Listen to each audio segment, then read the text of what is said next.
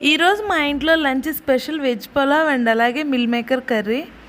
మీలో ఎంతమందికి మిల్ మేకర్తో చేసిన రెసిపీస్ అంటే ఇష్టమో కామెంట్ చేయండి. నాకైతే చాలా ఇష్టం. నేను చిన్నగా ఉన్నప్పుడు నాకు పలావ్ అంటే పెద్దగా తెలియదు. ఎప్పుడైనా పెళ్ళిళ్ళకి ఏవైనా ఫంక్షన్లకు వెళ్ళినప్పుడు పలావ్ అయితే పెట్టేవాళ్ళు. అందులో మిల్ మేకర్ అయితే ఖచ్చితంగా వేసేవాళ్ళు.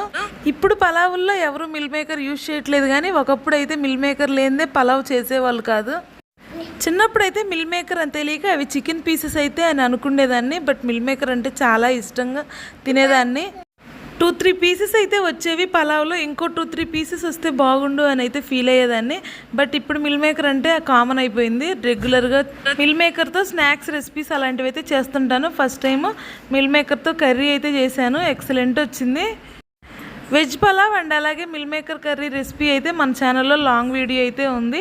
ఎవరికైనా ఇంట్రెస్ట్ ఉంటే చూడండి. మిల్ మేకర్ అంటే ఇష్టం ఉన్న వాళ్ళు లైక్ చేసి ఛానల్ని సబ్స్క్రైబ్ చేసుకోండి.